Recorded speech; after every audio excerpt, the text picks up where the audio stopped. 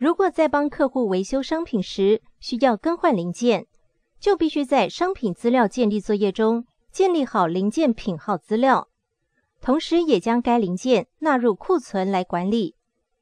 另外，可以在售价等级功能中建立至少一个以上的定价来与客户基本资料做连结。当在输入维修单收费零件时，系统会根据客户基本资料所指定的定价等级来带出零件价格，以方便您管理维修零件的价格。